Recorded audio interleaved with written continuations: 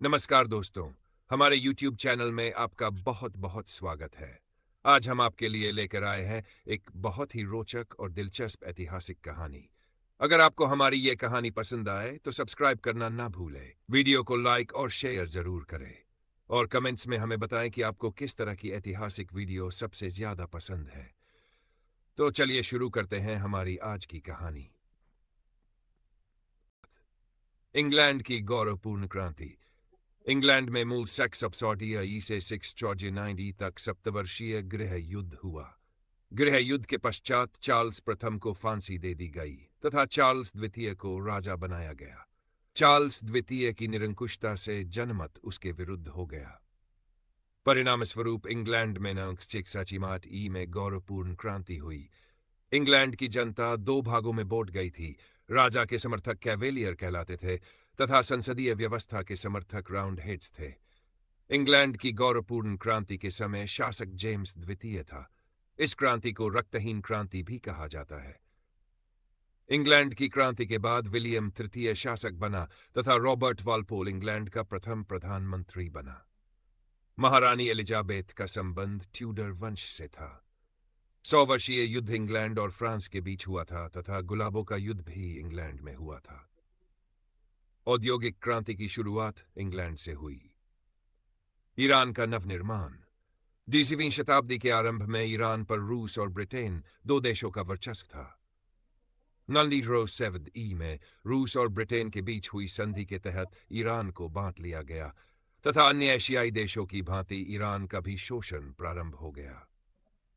Iran और Britain के बीच हुई संधि इंजीन संधि के अनुसार ईरान के सैनिक और वित्तीय मामलों पर ब्रिटेन का प्रभुत्व कायम हो गया।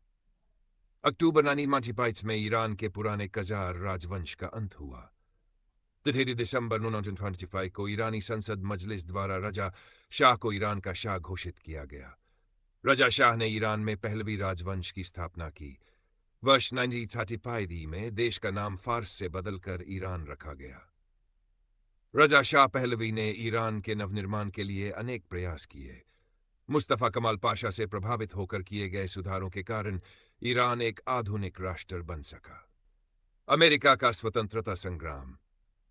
अमेरिका स्वतंत्रता संग्राम के नायक जॉर्ज वाशिंगटन थे, जो बाद में अमेरिका के प्रथम राष्ट्रपति बने। 16वीं सदी में यूरोपीय देशों ने अमेरिका में अपने उपनिवेश स्थापित किए। उत्तरी अमेरिका में फ्रांस, हॉलैंड, स्पेन तथा इंग्लैंड के उपनिवेश थे। 8वीं सदी तक उत्तरी अमेरिका के अटलांटिक महासागर तट के निकट अंग्रेजों के ट्राइड उपनिवेश स्थापित हो चुके थे। उत्तरी उपनिवेशों के निवासियों का मुख्य व्यवसाय मछली पकड़ना और जहाज बनाना था। प्रत्येक उपनिवेश की अपनी एक विधानसभा थी, जिसके सदस्य विशेष मतदाताओं द्वारा चुने जाते थे। अमेरिका स्वतंत्रता संग्राम के दौरान अमेरिका वासियों का प्रसिद्ध नारा था, प्रतिनिधित्व नहीं तो कर नहीं। 1803 ई में ईस्ट इंडिया कंपनी का चाय से लदा एक जहाज बोस्टन पहुंचा। 20 दिसंबर बोस्टन के नागरिकों ने जहाज की चायटियों को समुद्र में फेंक दिया। यह घटना बोस्टन टी पार्टी कहलाती है। अमेरिका की पूर्ण स्वतंत्रता की घोषणा जुलाई 1976 को द्वितीय महाद्वीपीय सम्मेलन में की गई। 1977 ई में ब्रिटिश सेनापति लॉर्ड कॉर्नवालिस ने आत्मसमर्पण किया। 1923 ई में पेरिस की संधि के द्वारा अमेरिका का स्वतंत्रता युद्ध समाप्त हुआ। संसार का सर्वप्रथम लिखित संविधान संयुक्त राज्य अमेरिका में 1789 ई में लागू हुआ। 1860 ई में अब्राहम लिंकन अमेरिका के 6वें राष्ट्रपति बने। अब्राहम लिंकन ने दास प्रथा समाप्त करने की घोषणा की। प्रजातंत्र जनता के द्वारा जनता के लिए शासन है, यह कथन अब्राहम लिंकन का है। अमेरिका की खोज 16 ई में क्रिस्टोफर कोलंबस ने की थी। अमेरिका स्वतंत्रता संग्राम का तत्कालीन कारण 773 ई की बोस्टन टी पार्टी की घटना थी। मई से 65 ई में अमेरिकी गृह युद्ध की समाप्ति हुई। इटली का फासिस्टवाद।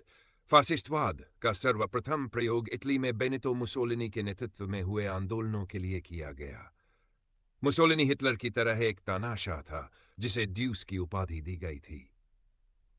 लिरांजिडरनीज में मुसोलिनी ने भूतपूर्व सैनिकों की सहायता से एक संगठन बनाया, जिस 1936 ई में इटली और जर्मनी के बीच संधि हुई, जिसे रोम बर्लिन धुरी कहा जाता है। 1936 ई में जर्मनी ने जापान के साथ एंटी कॉमिंटर्न पैक्ट किया। 1937 में इटली भी इस पैक्ट में शामिल हो गया। इस प्रकार रोम बर्लिन टोक्यो धुरी का गठन हुआ और ये देश द्वितीय विश्व युद्ध में एक साथ लड़े। 10 जून 1939 को मुसोलिनी ने द्वितीय विश्व युद्ध में मित्र राष्ट्रों के विरुद्ध युद्ध की घोषणा की।